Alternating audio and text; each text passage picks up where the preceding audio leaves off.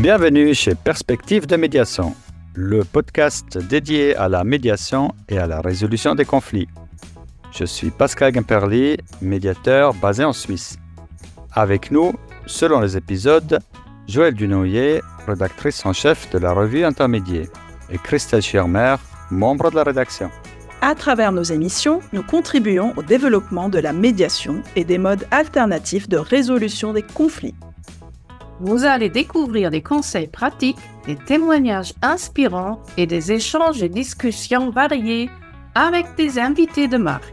Nous vous proposons ces épisodes en partenariat avec la revue Intermédiaire, un semestriel en version papier et numérique, spécialisé en prévention et gestion des conflits. Pour ne rien manquer et pour nous soutenir, abonnez-vous à notre chaîne et partagez nos podcasts. Vous pouvez aussi laisser un commentaire pour partager vos avis ou pour poser des questions. Allons-y. Bonjour Serge, Bonjour. Serge Charbonneau de Canada, que nous avons le plaisir à tous les éditions du colloque de la médiation internationale d'Angers de rencontrer, de pouvoir échanger. Salut Parce Serge. que Salut.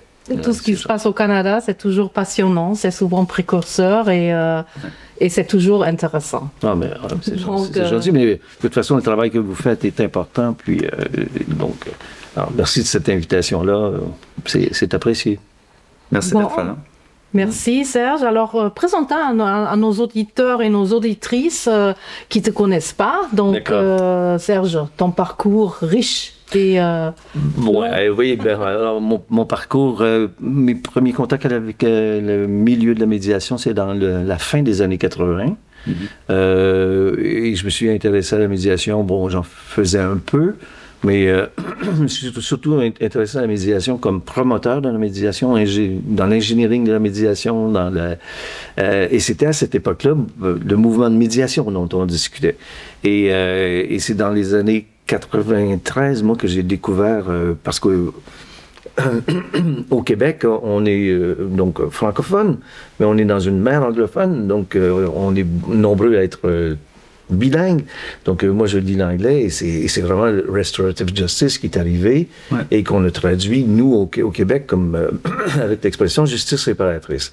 Donc là, je me suis encore là trouvé à promouvoir ces choses-là et j'ai vraiment mis de manière beaucoup plus importante mes mains dans la pratique de la médiation en 2004, quand j'ai été recruté par le Service correctionnel Canada pour agir en tant que médiateur dans des Par les cas... prisons, c'est ça? Oui, dans les prisons. L'administration pénitentiaire en France, si tu veux, a développé ça aussi depuis, je pense, 2015-2016. Il y a des lois en France qui le prévoit. Alors, mais moi, c'est dans ces années-là. Alors, j'occupais toujours des fonctions de promotion, de monter des formations et des choses comme ça. Mais là, je mettais vraiment la main à la pâte, ce qui disait que c'était un moment important pour moi pour finalement réaliser que les médiations dans des cas de crimes graves demandent des attitudes de la part donc des attitudes qui ressemblent beaucoup plus à de l'accompagnement, de réduire finalement l'intervention, et aussi il y a des préoccupations sur le bien-être des personnes qui sont fondamentales quand on a des victimes qui ont des chocs post-traumatiques importants et aussi des détenus qui on pourrait dire ça comme ça, il n'y a rien de très, très agréable pour eux de regarder constamment ce qu'ils ont commis. Donc, voilà. Et avant, c'était quoi ta profession? Ben, en fait, moi, je suis formé en criminologie, donc j'ai été formé comme ça. J'étais un intervenant en 1985 dans le domaine de la justice pour les mineurs. Ensuite, j'ai fait une maîtrise dans les années 90 qui portait sur la médiation. Et puis, dans ma maîtrise, ce que je découvrais, c'est que, ce qui est important aussi, ça a comme marqué quelque chose, ce que je découvrais, c'est que les médiateurs, même en matière de Victim Offender Mediation, c'était le mouvement états-unien qui existait avant la justice réparatrice. On appelait ça Victim Offender Mediation Program. Et donc, ce que moi j'avais vu dans la recherche que j'avais faite, c'est que les médiateurs, c'était eux qui décidaient beaucoup. Et en plus, ils décidaient dans une perspective, puisqu'ils étaient dans une perspective éducative. Ils décidaient, tu dis... Ils décidaient des solutions. Et en plus, ce qu'ils faisaient, le pire, c'est qu'on appelait ça, ils instrumentalisaient les victimes pour éduquer les... ça va, donc ça devenait... C'est moi l'auteur. Hein? C'est moi l'auteur. C'est toi l'auteur, mais ici, c'est toi qui vas être l'auteur, puis c'est elle qui va être la victime pour les fins uniquement de mon propos. Mais...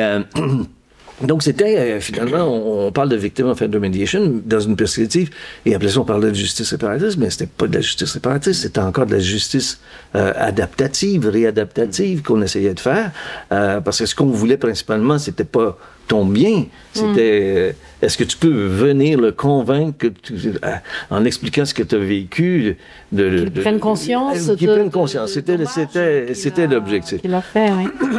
Donc, cette prise de conscience, nous, de notre billet important, billet lié à l'idéologie professionnelle de réadaptation, ça a conduit des changements importants dans la pratique.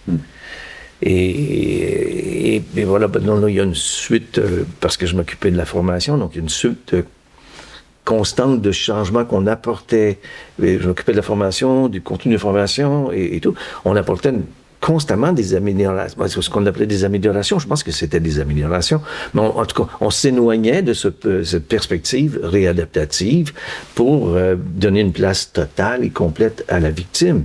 Donc, la victime y vienne pour ses préoccupations à elle. Voilà un peu le mouvement qui s'est produit pour nous, là, donc, au Québec, là. Et donc, c'est à ce moment-là que vous avez créé Equijustice? Equijustice, ça s'est créé à la fin des années 80.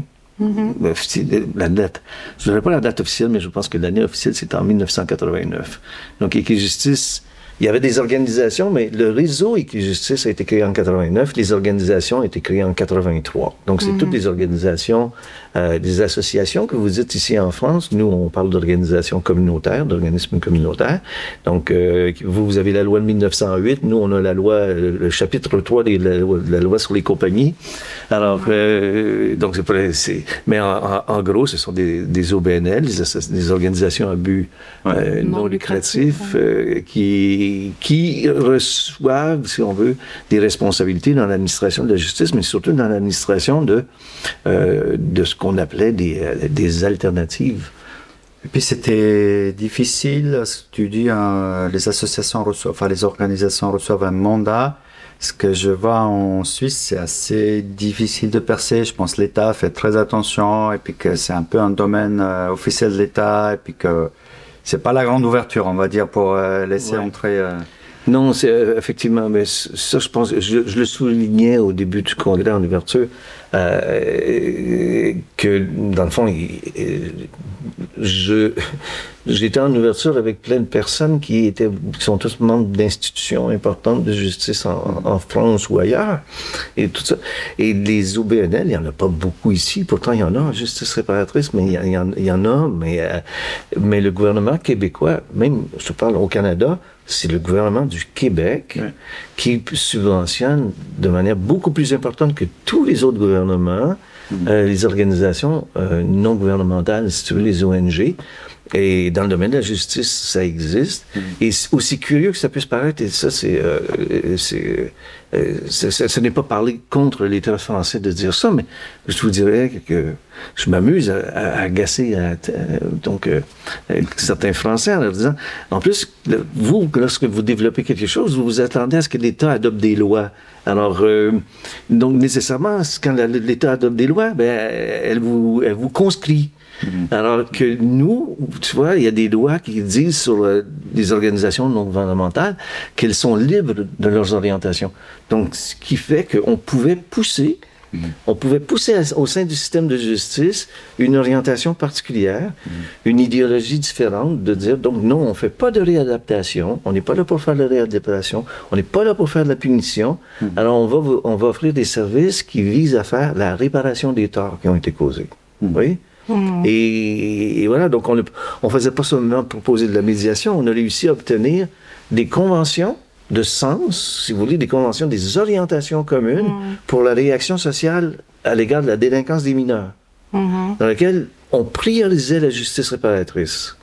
Et c'est de commun accord que des institutions gouvernementales convenaient avec nous de cette orientation-là. C'est une question de confiance mutuelle, peut-être, aussi. Et confiance mutuelle et de culture. Oui. Tu vois, déjà, quand on discutait à la fin des années 90 de l'orientation de la réaction sociale à l'égard des jeunes contrevenants qui sont l'objet d'arrestation, les gens des institutions publiques qui avaient cette responsabilité-là étaient d'accord à partager la responsabilité, partager avec nous la construction d'un sens et d'orientation commune. Alors, et ça, c'est possible pas parce qu'on était...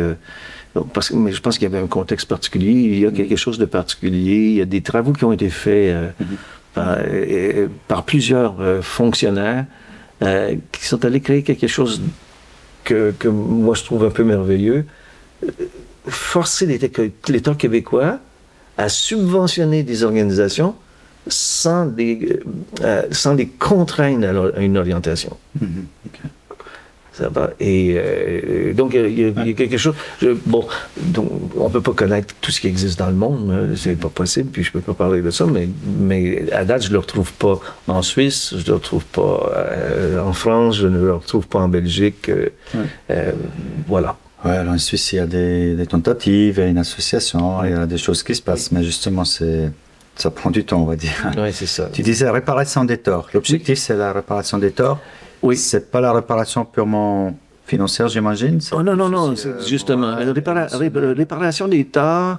Tu vois, il y a certaines personnes qui diraient, en disant ça, vous êtes victim-oriented. C'est difficile de traduire des termes comme ça. Si je peux, orienté victime. Orienté, très biaisé, victime, favorable aux victimes, parce que les torts, c'est principalement les victimes qui l'ont vécu.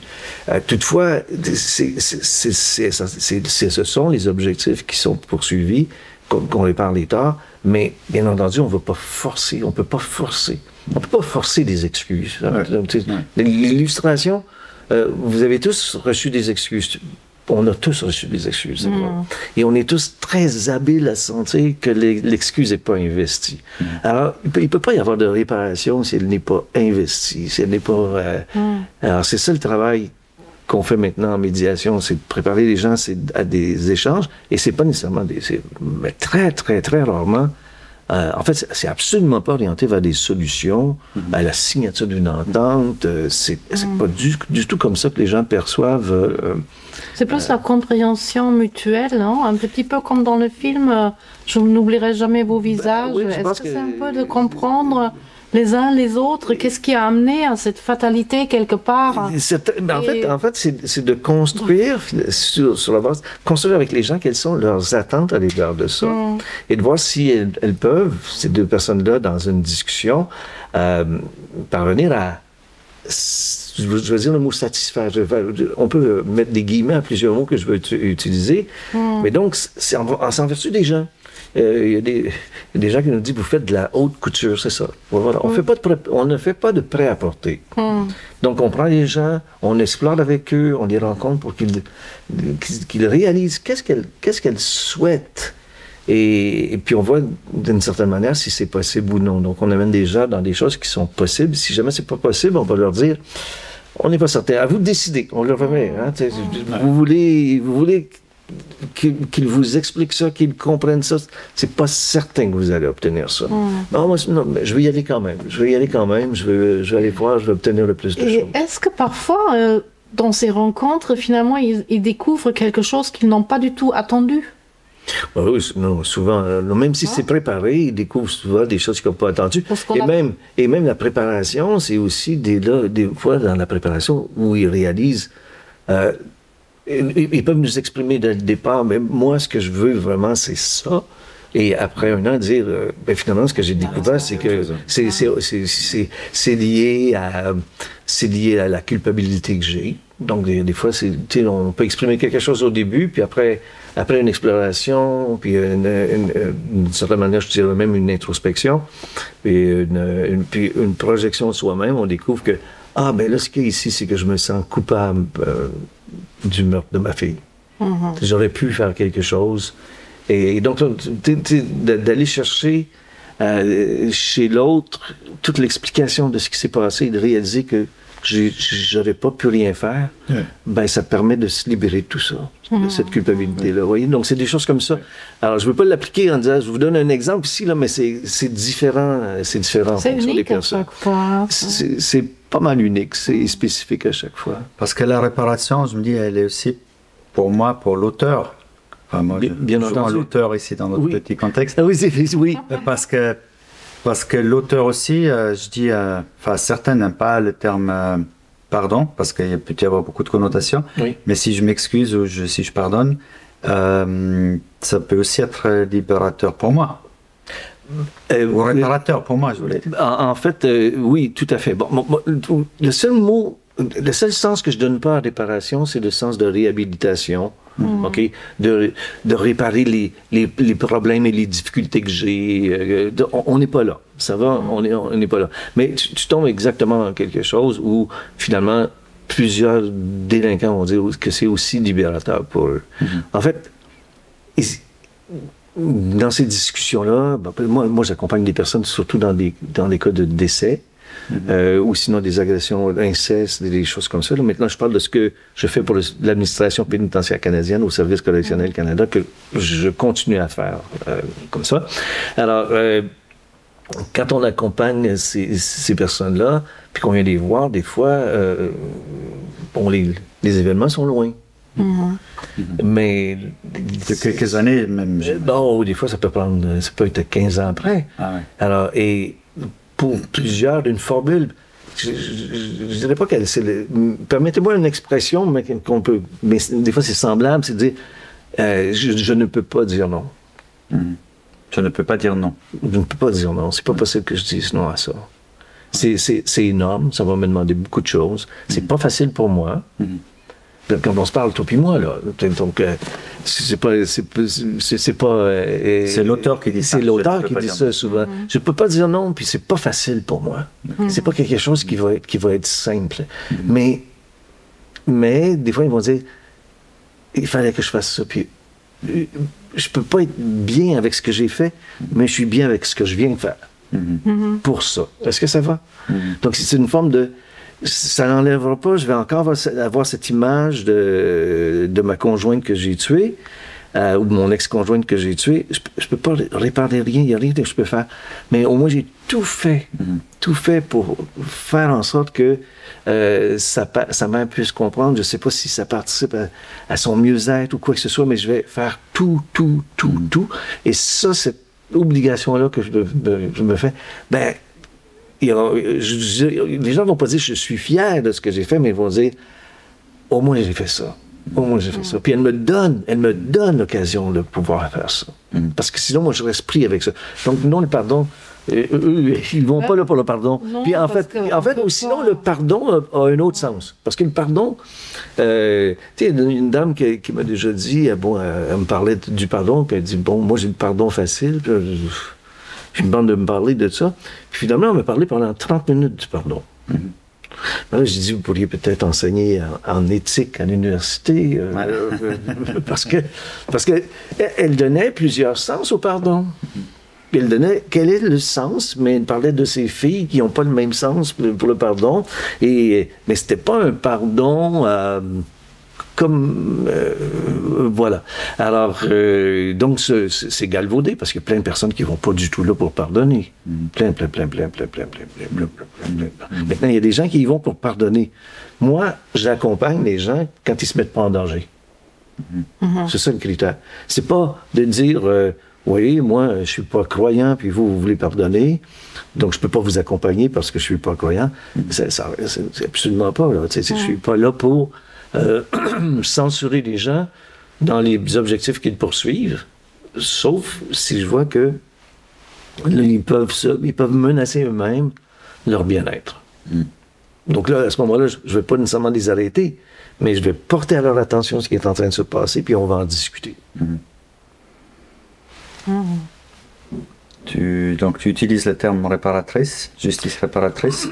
Oui, mais tu sais, ça c'est toujours drôle. Hein. Donc j'utilise le mot justice réparatrice, et je ne sais pas si on peut mettre un mot après justice, mais là, donc on ne va pas faire de débat sur ça. Mais c'était restorative justice, quand on a commencé ça, c'était restorative justice. Puis justement, c'était ça ma question. Restorative se traduirait plutôt par restaurative, non? Alors ça n'existe pas en français? Okay. Restauratif, ça n'existe pas en français. OK. Moi, nous, les Québécois, tu sais, les Québécois, on est très sensibles, hein, on est dans une mer anglophone, puis il y a comme un désir, si tu veux, d'une forme de résistance qui s'organise. Alors, donc, s'il y a un mot en français, on est plusieurs comme ça, s'il y a un mot en français qui existe, on ne va pas en inventer un nouveau, puis on ne va pas nécessairement prendre un anglicisme, bien qu'il y a plein d'anglicismes dans notre langue. Mais, donc, on est complètement contradictoire, parce qu'il y a plein d'anglicismes, on a des constructions de phrases anglicismes, mais s'il arrive un moment de réflexion, et là, on cherchait à traduire. Donc là, moi, j'avais un collègue qui était très connaissant en langue française, donc il s'est bien cherché le sens des mots. Et les mots qui se rapprochaient le plus de ce qui était utilisé en anglais, dans ça, c'était soit restauratrice, comme les Belges le font, le faisaient à l'époque, ou réparatrice. Et là, on a cherché et le mot réparatrice était plus large que le mot restauratrice, puis en plus, restauratrice, ça faisait restaurant aussi. Donc, il y avait déjà... Oui, justement, je me demandais, est-ce qu'il n'y a pas derrière presque un peu un autre concept, parce que réparer, on peut dire réparer un tort, et restaurer, c'est restaurer, je ne sais pas, une relation... On dit restaurative. Oui, ça, restaurative, c'est vraiment, ça n'existe, je vous répète, là, ça n'existe pas en français. OK. Oui, mais on l'appelle comme ça. Oui, je sais, mais donc c'est prendre le mot anglais. Okay? Et ça, je pense que c'est Lod Valgrave qui a le premier mis ce mot-là, qui est un peu comme nous, qui voyage du monde. Bon, lui, c'est du flamand à l'anglais et du français à l'anglais, et qui a pris à un moment donné restorative justice, puis il dit restaurative. Donc, on peut créer un nouveau. Mais quel est le verbe que vous mettez avec restaurative? Oui, c'est ça. Restaurer? Ça existe ou ça n'existe pas? Non, mais restaurer, ça existe. Voilà. Mais voilà, tu reviens avec restauratrice, là. Tu vois, si tu mets restaurer, si tu mets réparer, parce qu'il n'y a pas de verbe à restauratif. Mais là, on est dans un débat. Réparer, réparatif. Ben, réparer, c'est réparer. On répare. C'est la réparation. On restaure quelque chose. Mais encore là, c'était des débats. Rénovatrice, peut-être. On rénove. On pourrait. Alors, dans toutes les réflexions qu'on avait, on a trouvé que le mot réparatrice était le plus approprié, le plus complet et le plus large. Mais bien entendu, ça ne voulait pas nécessairement dire des dédommagements financiers, des choses comme ça, quand on parle de situations qui ont vraiment compromis le bien-être des personnes, là, ou l'intégrité des personnes, ou la sécurité des personnes. Donc on est dans quelque chose qui n'est pas nécessairement mesurable. C'est pour ça que c'est difficile de parler de proportionnalité dans ces discussions-là. Hein. La grande différence avec la médiation, c'est que dans la médiation, dans la justice réparatrice, il y a une victime, il y a un auteur. Donc il y a une sorte de déséquilibre qui est prédéfini. Et ça, en médiation, il n'y a pas. On est tous à égalité, etc. Il n'y a pas quelque chose à réparer, parce que voilà, il y a équité. Donc là, il n'y a pas tellement... Il y a un auteur, il y a une victime. Oui. Comment tu gères ça? Ça crée un déséquilibre. OK. Bon, premièrement, permets-moi de te corriger. OK, volontiers. Il n'y a pas de situation où on réunit deux personnes et qu'il y a un équilibre. Ça n'existe pas. La symétrie, ça n'existe pas. Alors, donc... au niveau des responsabilités.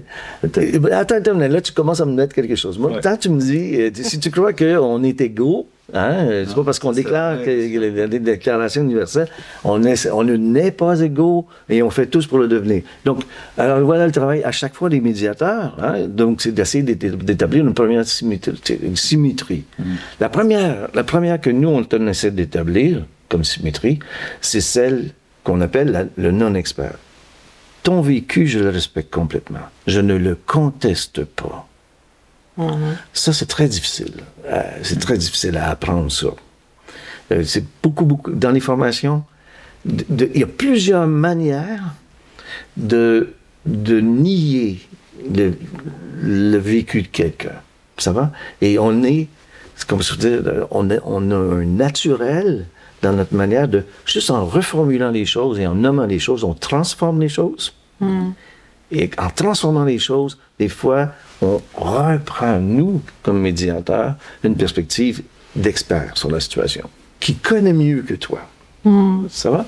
Et c'est la même chose avec les délinquants. Alors ici, ce qu'on est dans ce modèle, un modèle qu'on appelle l'approche relationnelle en médiation, le bouquin qu'on a écrit, c'est la première chose qu'on parle, c'est de dire, si on dit qu'on est un non-expert, on va être un non-expert.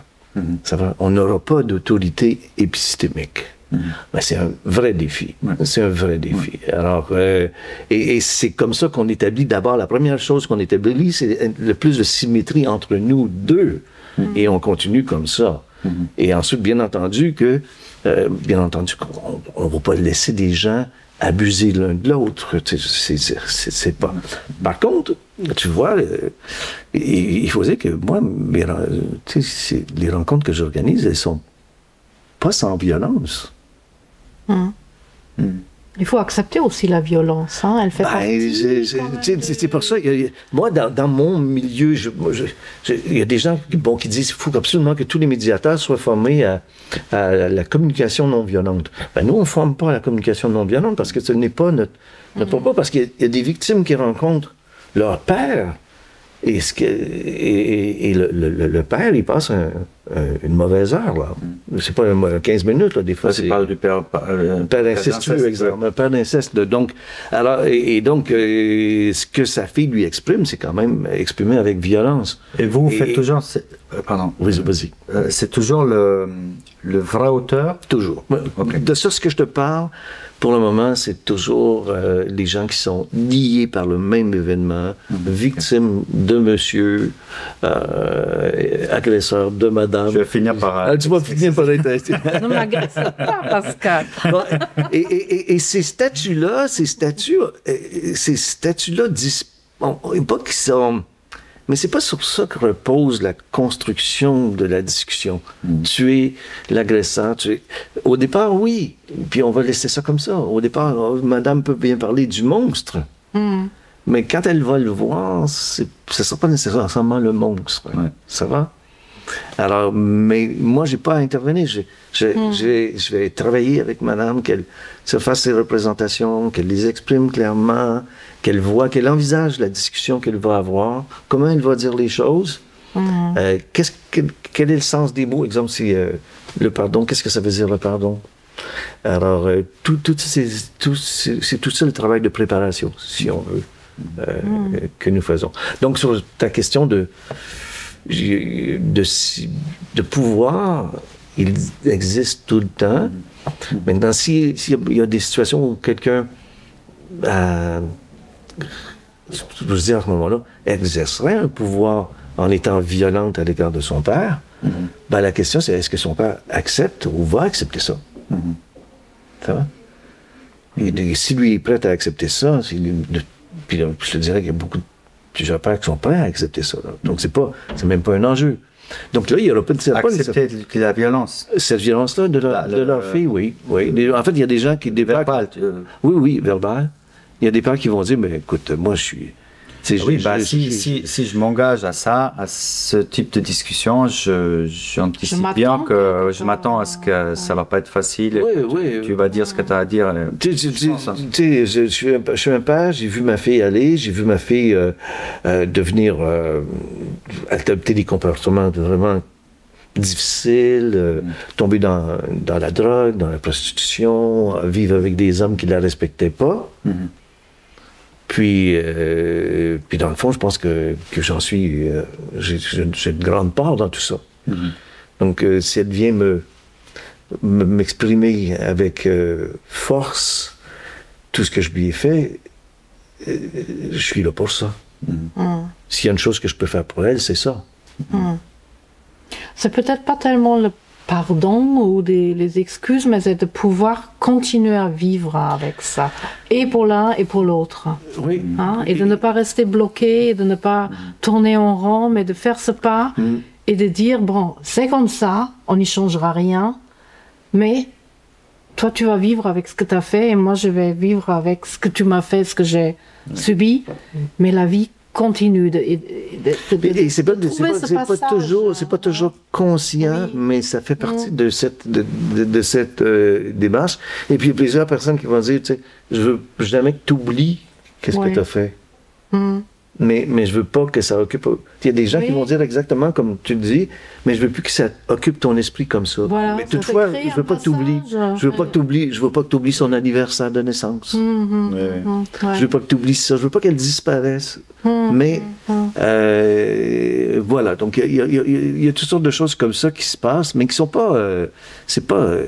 C'est pas magique, c'est pas religieux, ce sont des choses... c'est humain. C'est humain. Puis, la relation, comme tu dis, c'est très relationnel, hein, c'est très, très, très relationnel. Tout ça, c'est la relation avec le médiateur. Ça nous prend... Il faut qu'ils aient énormément confiance en nous, parce que sinon, ils ne sont pas capables d'avoir une véritable conversation. Eux, ils vont aborder des sujets... et s'ils se sentent mal à l'aise d'aborder ces sujets-là avec un homme de mon espèce, ben ça va pas bien. Donc moi, je peux absolument pas m'interposer dans ça. Donc, vous voyez, à la limite, c'est de dire... ça m'amuse toujours quand j'écoute, mais je dirais... Tu sais, il y a des gens qui parlent du tiers, c'est quelqu'un de l'extérieur. Mais à la limite, moi, je n'existe pas. À la fin, je n'existe pas quand je suis là. Donc, il y a comme quelque chose c'est un commentaire que plusieurs personnes disent, tu sais, ça débute, moi je fais plus rien, hein, j'ai jamais de caucus, jamais de caucus là, quand j'organise des choses. Là. Donc, je forme jamais les gens au caucus, là. Voilà. Mais, puis les gens, je leur demande, puis je les revois quelques temps après, et bon, ben, tu sais quoi, je t'ai complètement oublié. Alors, à la limite, mon objectif, c'est que le tiers disparaisse. Moi, je le sens comme juste un canal, tu vois, par qui ça passe. Mais qui n'est pas là, qui est là, mais qui n'est pas là. Mais qui est quand même là, qui est quand même là. Et sans lui, ça se fait pas. Oui. Lui, ça se fait pas. Mais qui joue un rôle aussi, hein, parce qu'on sait, vous savez, l'observation, elle a un impact. Oui.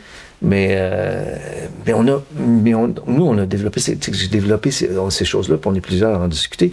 On a plusieurs personnes qui sont réfractaires à ceux qui viendraient leur dire quoi penser.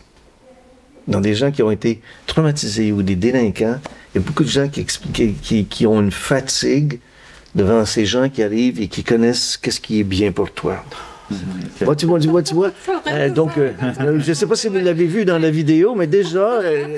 oui, les gens qui savent ce qui est bien pour toi, mais c'est... Bon, voilà, et si on parle, il y a une des conséquences importantes de MeToo, c'est aussi ça. C'est que cette culture des femmes qui est en train de se développer en opposition aux hommes qui savent mieux qu'elles, ce qu'elles pensent, mais ça commence à se développer un peu partout. Ça existait, mais il commence à y avoir une forme d'allergie épidermique de tout ce qui est psychologue, qui connaît mieux que toi et tout. Donc, on arrive avec des gens qu'on rencontre qui ont vu plusieurs psychologues, et là, quand ils se retrouvent avec nous, qui ne leur disons rien, pas qu'on leur dit rien, excusez-moi, c'est pas qu'on dit rien, qu'on fait rien, mais qu'on leur permet d'élaborer leur propre représentation sans intervenir. De cheminer tout seul. De cheminer, de se représenter. En sécurité. C'est ça peut-être. C'est ça, en sécurité. Et en plus, sans reformuler. On ne reformule pas, on ne recadre pas. Okay. Alors, on dit d'ailleurs, l'écoute active, ça veut dire que le cerveau est actif pour... Quand vous reformulez quelque chose, ça veut dire que vous avez écouté quelque chose, puis vous le passez ici, puis vous... Donc, nécessairement, il y a un processus qui le transforme beaucoup. Alors, nous, on ne veut pas le transformer parce qu'on veut que ça soit vous.